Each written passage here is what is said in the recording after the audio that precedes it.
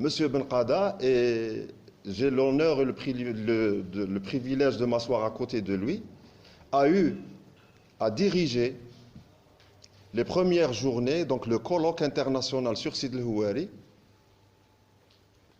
à titre de président d'APC en 2008. Et nous faisons référence à ce colloque dans notre argumentaire. Et nous avons dit 2008-2018, 10 ans déjà, qu'est-ce que nous avons fait pour Sid El Houari? En 2008, la question posée était: voulez-vous sauver Sid El Houari? Là, et on reprend sur conseil de notre ami Yassine Ouagani une autre formulation. Sauvons Sid El Houari. Sauvons Sid El Houari, c'est aussi un gage et une volonté de faire. Peut-être dans le bricolage, Rachid n'est pas là, mais normalement nous réfléchissons pour faire des choses avec les moyens que nous avons. Donc voilà.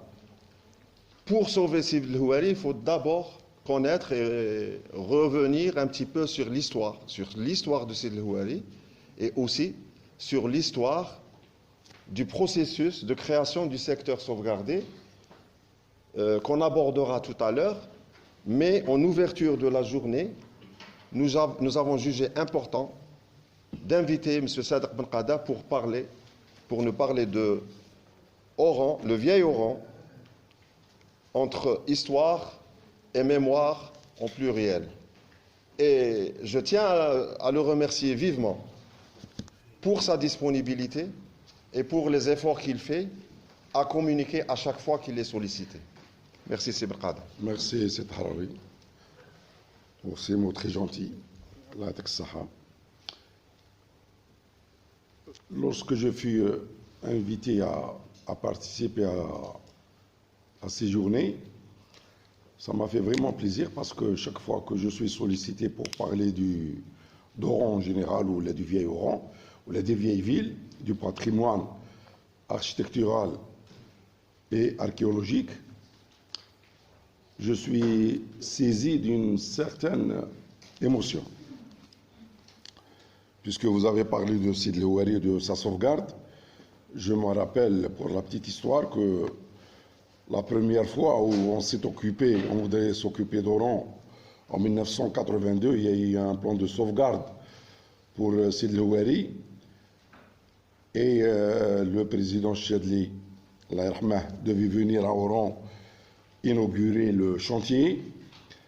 L'APS m'a sollicité pour donner un papier sur l'histoire de Sid El Houari. Et c'est à partir de là qu'il y a eu le déclic.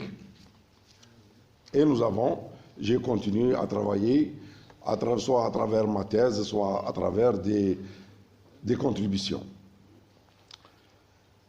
Et le second souffle a été lorsque j'ai enseigné au département d'architecture l'histoire urbaine, la démographie et la sociologie urbaine.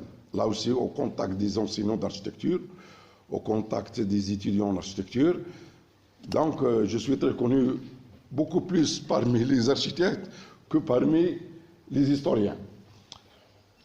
Et jusqu'à présent, mes travaux, mes articles, ma thèse sont très consultés par les architectes, les étudiants en architecture que par les autres. Oran, ça a été toujours et elle reste toujours mon terrain de recherche privilégié. Et là, j'ai pris le modèle sur ce qu'a fait pour Marseille Marcel Roncaiolo. Marcel Roncaiolo, sociologue, historien, géographe, il a travaillé sur Marseille, sur la ville de Marseille, sous toutes ses coutures. J'ai essayé modestement de suivre un peu les pas de Roncaiolo en ce qui concerne la ville d'Oran.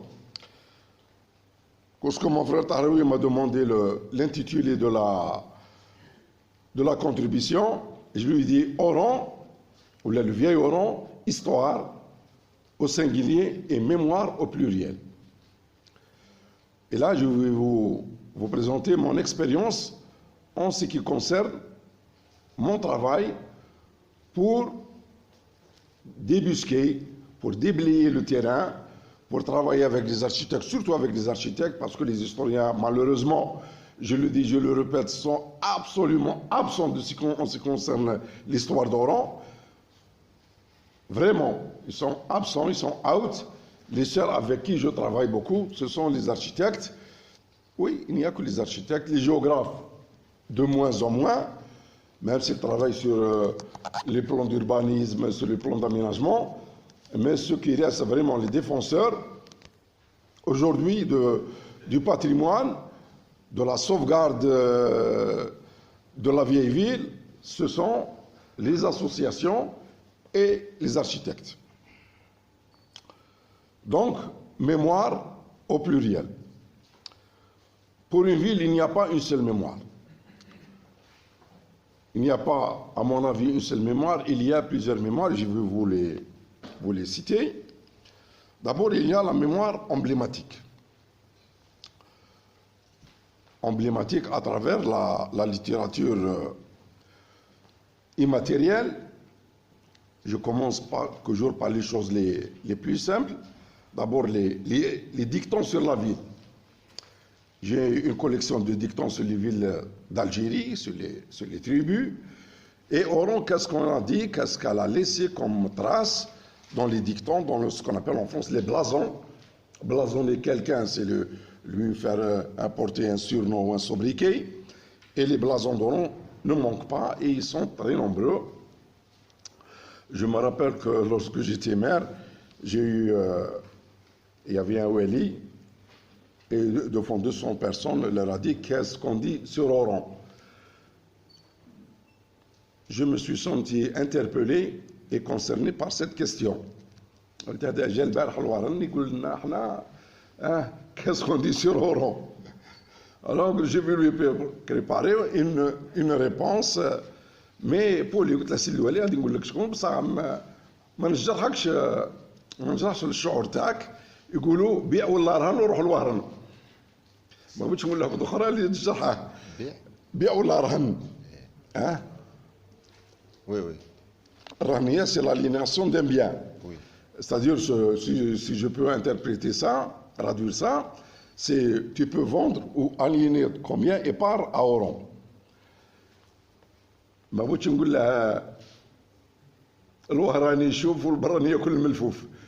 Donc, je serais bien senti concerné. Il y en a d'autres. Et ces dictons, c'est très important dans notre littérature immatérielle. Pour chaque ville, il y a pour Alger, pour Constantine, pour Mostagan, Amtlem, Saint-Tébessa. Il y en a. Ils sont nombreux et très belles. Donc, pour Oran, on traîne soi-disant une malédiction de Sid el-Houari sur les Oranais. Je peux vous la lire si ça vous intéresse. Et il y en a d'autres, il y en a d'autres. Alors, ces imprécations, celle de Sid el-Houari, ce n'est pas un dicton, c'est une imprécation, d'Aoutchar. Hein? Mais pour connaître une ville, ça commence par ça, par cette petite littérature, des dictons emblématiques, etc. À la fin, si vous voulez, je peux vous les citer. D'abord, un travail très important, sur lequel j'ai travaillé pendant très longtemps et je continue à travailler, même je prépare une publication. C'est la mémoire cartographique. Puisque la plupart parmi vous sont architectes ou géographes, la mémoire cartographique d'une ville, c'est très important. D'abord, Oran se démarque des autres villes algériennes parce qu'elle a, à mon humble avis, peut-être que je me trompe, vous me corrigez, le plus ancien et le plus important fonds de cartographie depuis le Moyen Âge. Et surtout à partir du 15e, 16e, 17e et 19e siècle. Surtout pendant l'époque espagnole.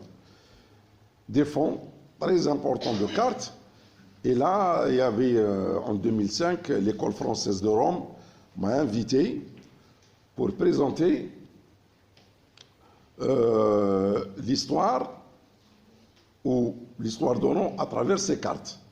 Il y avait toutes les villes de la Méditerranée. On m'a sollicité pour ça et j'ai fait un travail que je peux un jour le projeter. C'est la mémoire cartographique. Et là, c'est très important. D'abord, nous avons le toponyme de la ville, Oran, Ouahran, d'où ça vient. Je ne vais pas m'étaler là-dessus. Il y a des travaux intéressants qui ont été faits. Cette mémoire cartographique, elle est très importante et elle nous sert pour retracer l'histoire de la ville. Même aujourd'hui, lorsque je suis en train de faire un travail sur la nomenclature historique des rues d'Oran, donc je me réfère aux anciens plans de la ville, aux anciennes cartes, et c'est très informatif.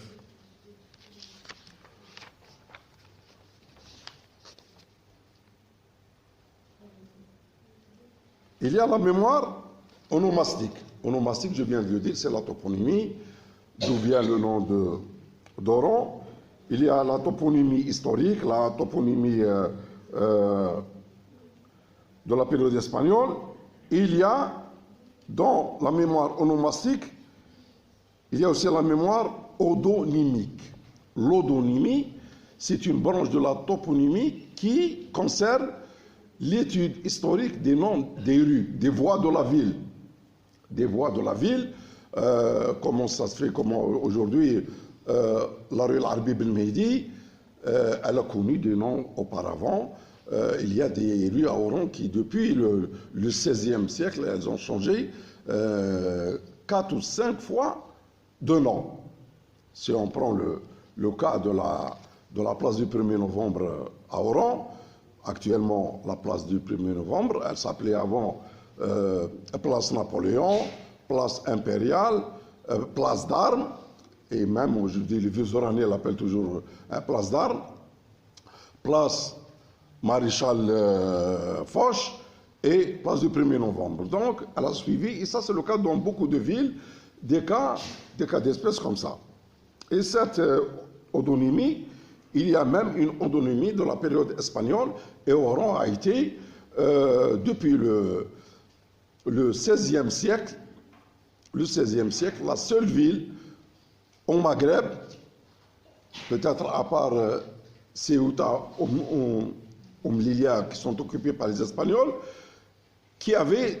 dont les rues avaient un nom. Et nous avons toute une liste pour Oran. Et des rues qui existent jusqu'à présent. Elles ont changé avec la période coloniale de nom et par la suite, après 1962 de nom, mais leurs premières appellations datent quand même du XVIe siècle. Et là, c'est très important pour l'historien. Il y a la mémoire anthroponymique. Anthroponymique, c'est les noms de personnes. Et les personnes aussi jouent un rôle, les noms de famille jouent un rôle très important, les noms d'individus jouent un rôle très important dans la formation de l'identité culturelle de la ville. Et ça, c'est commun à toutes les villes du Maghreb ou de l'Algérie. Quelqu'un s'appelle Rachid, c'est Constantine, Abdelrahman, c'est Alger, vous voyez, Oran, c'est Louheri.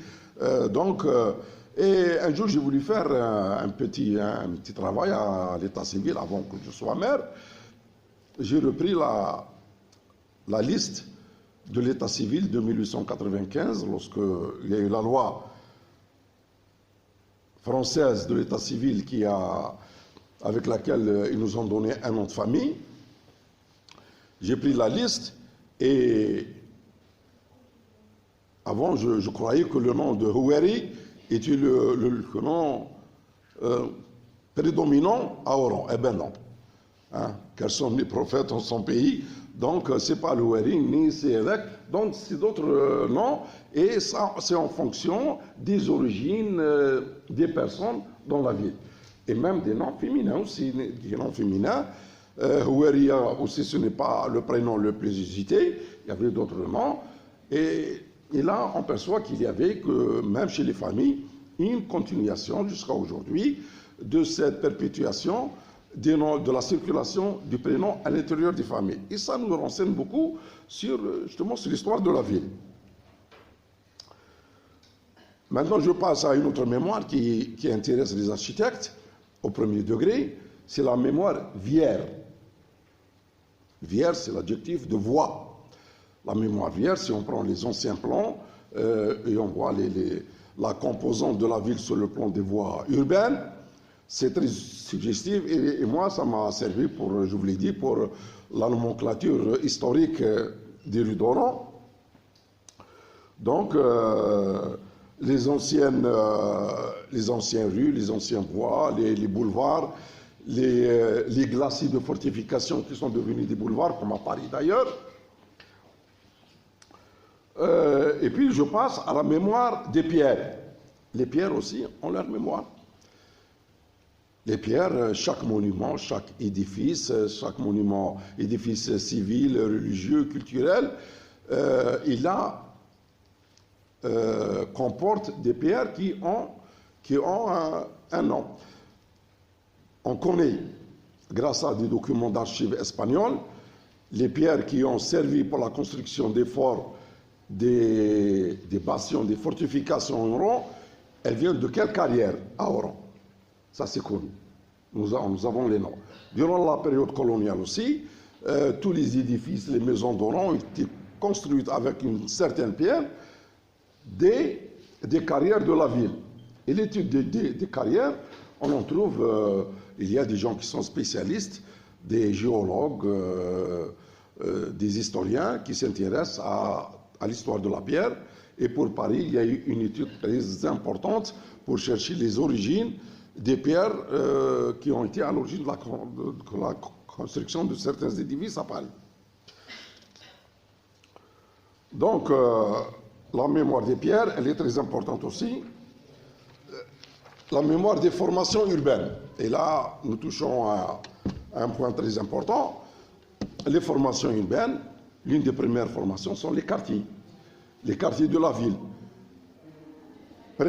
La ville précoloniale, la ville pendant l'époque espagnole, et elle avait aussi des quartiers pendant la période coloniale, pendant l'époque ottomane, et certains de ces quartiers existent jusqu'à maintenant, pas par leur nom, mais en tout cas par leur morphologie.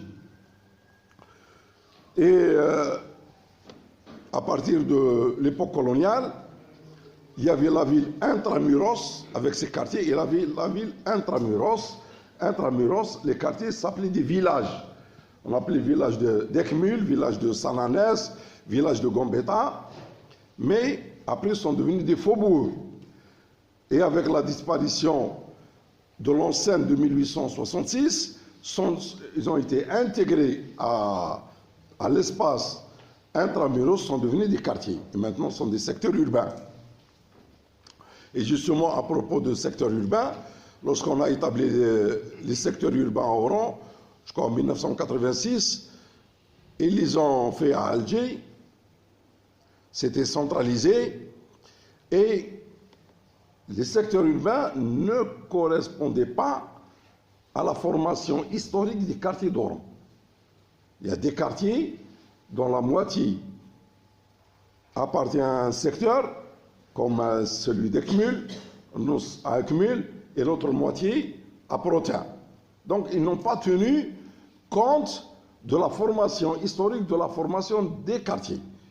Et là, ça continue. Et nous avons beaucoup de problèmes sur le plan de la démographie, sur le plan du découpage électoral.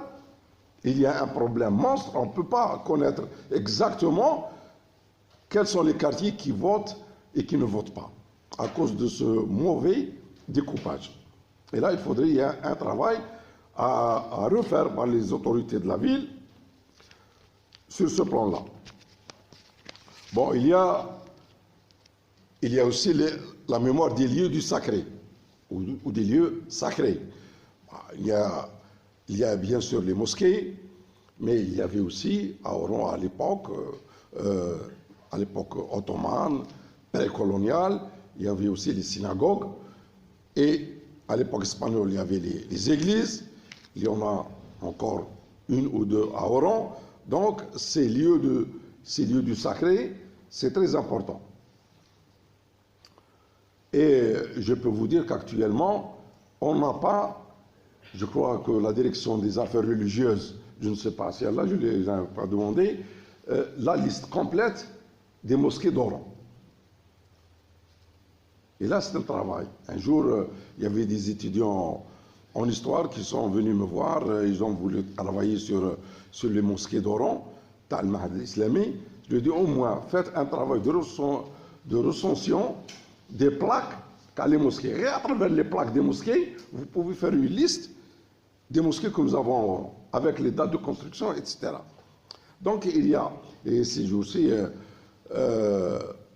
il y a eu la présentation à l'évêché de la rénovation de Santa Cruz. Voilà un travail qui se fait dans ce cadre du lieu du sacré.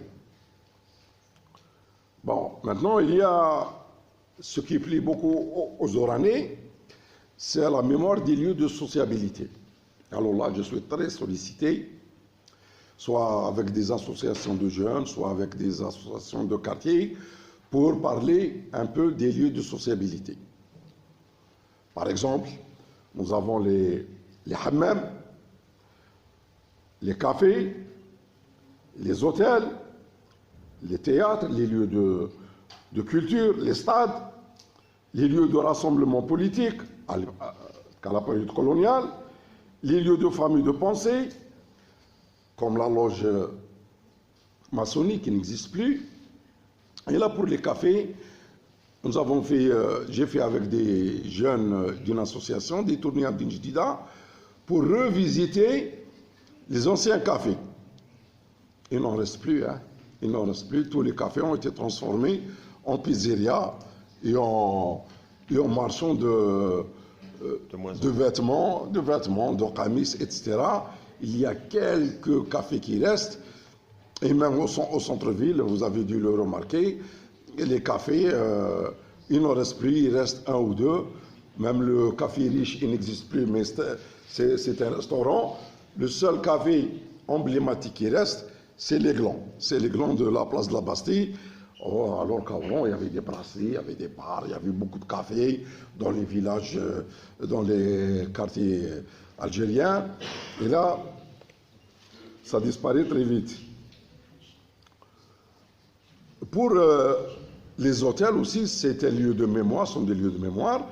Et là, j'étais sollicité par Madame Tarawi pour la revue Medinati. J'ai consacré un article sur les hôtels comme lieu de mémoire. Numéro 1. Voilà, numéro 1, je crois, comme lieu de mémoire, parce que j'en connais un bout sur les sur hôtels. Le numéro 1 de Medinati. De Medinati, sur les hôtels comme lieu de mémoire. Et un jour, je travaillais, mais bénévolement, avec Gilles Mehri pour la rénovation de l'hôtel Royal. Et il y avait une équipe d'architectes belges. Ils m'ont sollicité, ils m'ont dit, est-ce que vous pouvez nous faire un peu l'historique du site de l'hôtel?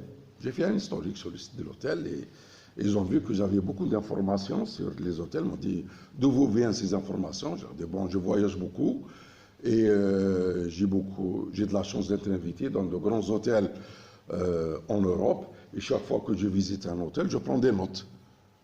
La couleur de la moquette, le service, le restaurant, comment les gens avec le type de la peinture, le papier peint, je prends des photos. Et ils m'ont dit, est-ce que vous pouvez faire un livre avec nous sur l'architecture arabe? Et c'est parti comme ça, Et nous avons édité un livre, édité à Bruxelles, sur les architectures en Algérie. C'était Oran Annaba. Et un jour, M. Mehri m'appelle, il m'a dit, est-ce que tu peux nous faire l'histoire de l'hôtel Royal? Je lui dis, non, on ne peut pas la faire parce que vous n'avez plus d'archives. Je lui ai dit, si, non, vos archives ont été jetées. Eh oui. Et il a appelé son ancien directeur de l'hôtel, lui a dit les archives de l'hôtel. Il a dit non, c'était Zucconi, un entrepreneur oran reconnu à l'époque, lorsqu'il a fait la première rénovation de l'hôtel. Il s'est débarrassé de tous les archives de l'hôtel. Eh oui, c'est comme ça. Là, on ne peut pas. Et il y avait le beau-frère de Marie, vous pouvez voir l'inscription en haut de la porte d'entrée, hôtel royal fondé en 1926. J'ai rédigé un fax, je l'ai envoyé à M. Méré à Paris. Je lui ai dit le Royal Hotel n'a pas été fondé en 1926. Il a été inauguré pendant les fêtes de Pentecôte en 1904. Et j'ai le nom de l'architecte. Il y a eu une petite querelle entre lui et son beau-frère, mais ils ont laissé 1926. Donc là aussi, chaque hôtel, il a une histoire, chaque restaurant, il a son histoire. Alors, la loge maçonnique à Oran, il y avait une loge importante. Aujourd'hui, c'est le tribunal de Plateau, le tribunal de statut personnel. Lorsque vous rentrez à l'intérieur du tribunal, il y a la grande salle qui sert de tribunal, et c'était la salle de réunion des francs-maçons. Ils ont enlevé, ils ont un peu rénové, ils ont enlevé, il y a quelques années, c'était visible, mais il y a eu des transformations dans la ville, et là, ce sont les mémoires de la ville. Ce sont les mémoires de la ville. Bon, je ne vais pas m'étendre sur les mémoires des lieux de mémoire de la guerre de libération nationale. Ils sont très, très nombreux et délaissés. Et c'est ça le malheur. Il y a une année de ça, je suis descendu à Sidi Louari. Au Trésor, c'est la direction des finances. Les caves du Trésor ont servi en 1956 à la DST pour torturer les militants. Et là, lorsque vous lisez les mémoires des militants de l'époque, européens et algériens, Gabi Jiménez, qui était une militante communiste à l'époque, les sœurs Lalibert, elles n'ont pas été torturées, mais quand même convoquées à la DST dans les caves du Trésor. Il n'y a même pas une plaque pour indiquer cela, même pas une petite plaque. Sans parler des lieux des attentats de l'OAS, sans parler des merkez des fidèles, sans parler. Et là, sur le point, le ministère des Moudjahidines ne doit pas être très fier. Aucune mémoire, à part quelques plaques ici et là. Alors, la dernière dénomination des rues, n'en parlons pas. Vous êtes au courant de ce qui est passé. Les rues dont on a enlevé les noms de militants, Fernand Yveton, Laribert, des Moudjahidines, même de Sidi Louari, même le nom de Sidi Louari a été enlevé. De John Kennedy, du président Kennedy. La délégation spéciale d'Oran en 1963, quelques semaines après l'assassinat du président Kennedy, ils ont appelé le boulevard Ximénez de la pêcherie, boulevard John Fitzgerald Kennedy, en 1963, alors qu'aujourd'hui on l'enlève. Et il y a eu le cas de Kievrin, le maire de Telag, condamné à mort par les autorités françaises, Moudjahid, les armes à la main, maire du Telag. L'OAS l'a fait sortir, elle l'a assassiné. Ils ont enlevé la plaque, nous l'avons remise par la suite. Et là, ça c'est la mémoire de la ville. Alors sur les noms de rue, il faudrait faire un colloque spécial ou bien une conférence spéciale sur cela. Alors plus distrayant, il y a aussi une mémoire gastronomique de la ville. Oui. Il n'y a pas que les restaurants, mais il y a aussi les menus. Et nous avons la liste des menus, des grands menus qui ont fait le prestige des grands restaurants d'Oran. Et un jour, en 2004, il y a le Centre culturel français, à l'époque il s'appelait le Centre culturel français, et ils m'ont invité, ils m'ont dit qu'est-ce qu'on peut faire pour célébrer, si vous voulez, le premier anniversaire de la visite du président Chirac à Oran. Je lui ai dit, il y a un sujet tout près, on va parler des menus qui ont été pris à Oran depuis... par les chefs d'État français à Oran de 1830, depuis Napoléon III jusqu'à Jacques Chirac. Et nous avons ça dans les archives, c'est très important. Et j'ai repris tous ces menus qui ont été pris par les présidents jusqu'à celui de Jacques Chirac avec le président Bouteflika. Le menu, nous l'avons, même la marque des vins, les desserts qui ont été pris, etc. Donc, cette mémoire gastronomique, elle aussi, elle participe comme élément, comme indicateur, comme vecteur mémoriel.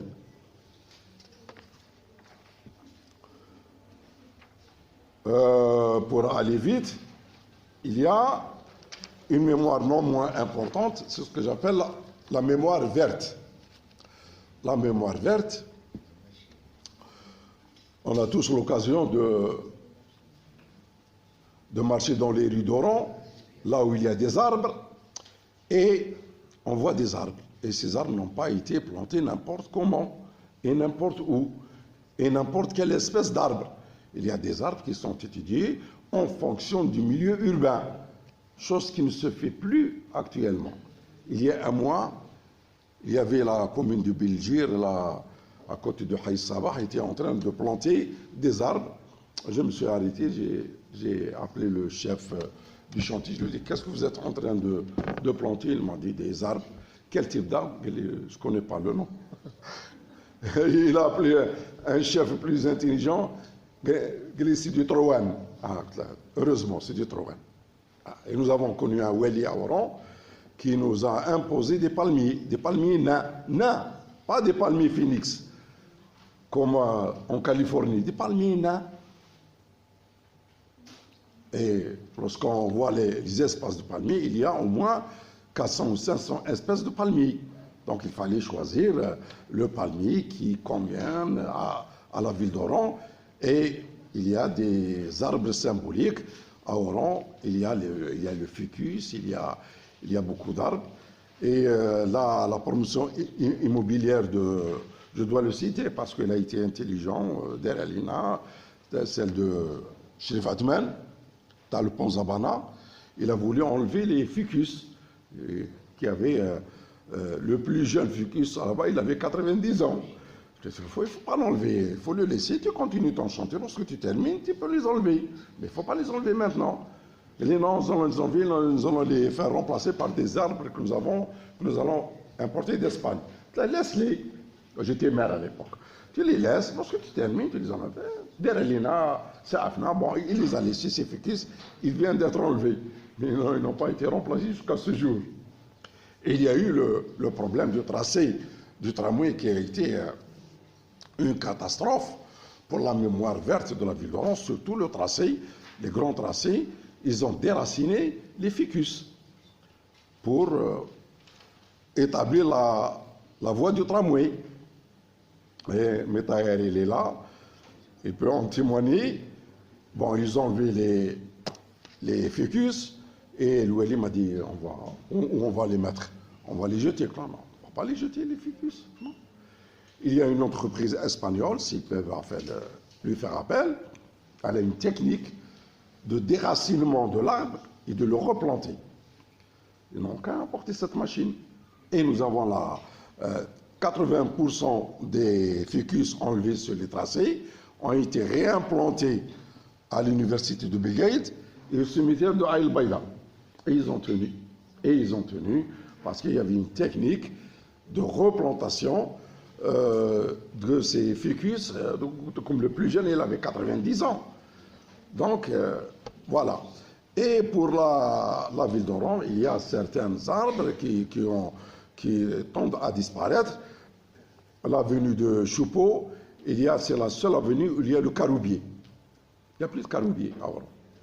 Il y a le caroubier et les archives nous renseignent que lorsqu'ils ont construit l'hôpital civil d'Oran du plateau Saint-Michel en 1875, les architectes, ils ont fait appel à 2 botanistes de l'université d'Alger pour étudier le terrain, étudier le climat et proposer les types d'arbres à planter à l'intérieur de l'hôpital. Des arbres qui conviennent au milieu hospitalier. Vous voyez, Jusqu'à quel point aujourd'hui, j'ai que c'est pas comme ça. On voit qu'est-ce qui se passe à Canastel. On plante des oliviers à Canastel, des palmiers à Canastel, alors que nous sommes un pays méditerranéen. C'est le pain maritime, le pain d'Alep.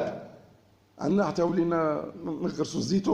suis pas contre les olives, ou les oliviers, ou les figues de Barbarie, mais quand même, et ça c'est la mémoire verte. Aujourd'hui, le ravin de Raslaïn, qui était la coulée verte d'Oran, elle a disparu. Il n'y a plus.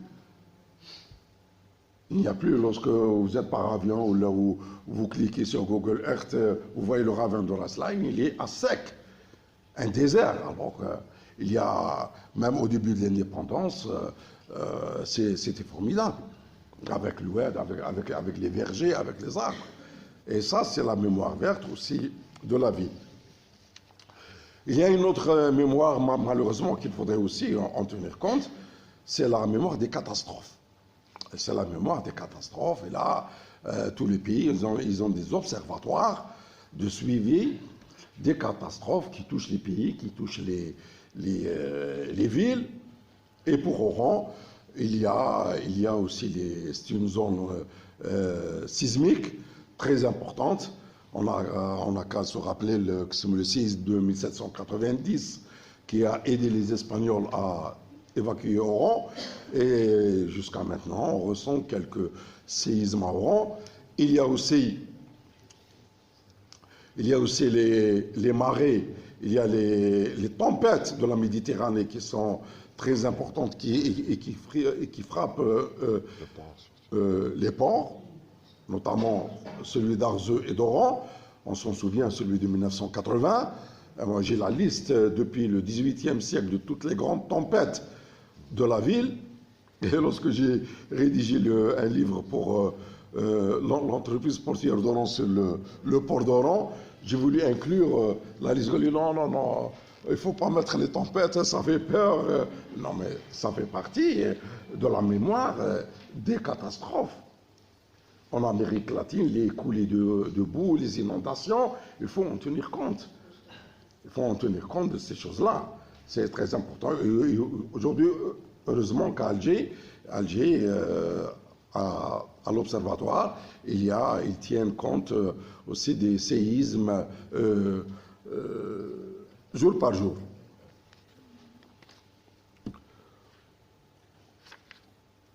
Bon, il y a aussi une mémoire qui est la moins connue, c'est la mémoire cinématographique. Est-ce que Oran est une ville? Je ne parle pas du cinéma d'Oran. Et là, on pourrait en parler toute la journée. Les films qui ont été tournés à Oran, à quelle époque les cinémas ont ouvert à Oran. Et un jour, j'étais invité à la station El Beria, il y a très longtemps, lorsque El Beria était vraiment la station. Nous avons parlé en direct, une discussion sur les cinémas d'Oran. Et quelqu'un m'a posé, un auditeur, un Oranais, m'a posé la question en direct, quel fut le premier cinéma à Oran?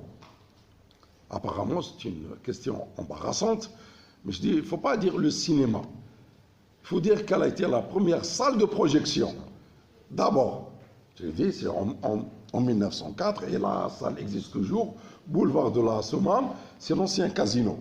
C'est l'ancien casino, c'est une salle de projection, pas un cinéma au sens propre du terme.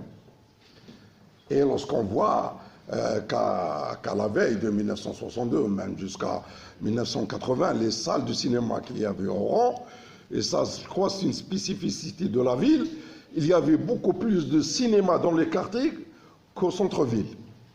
Beaucoup de cinéma dans les quartiers, qui aujourd'hui ont disparu, la plupart ont été transformés en lieu de commerce, beaucoup de cinémas dans les quartiers qu'au centre-ville.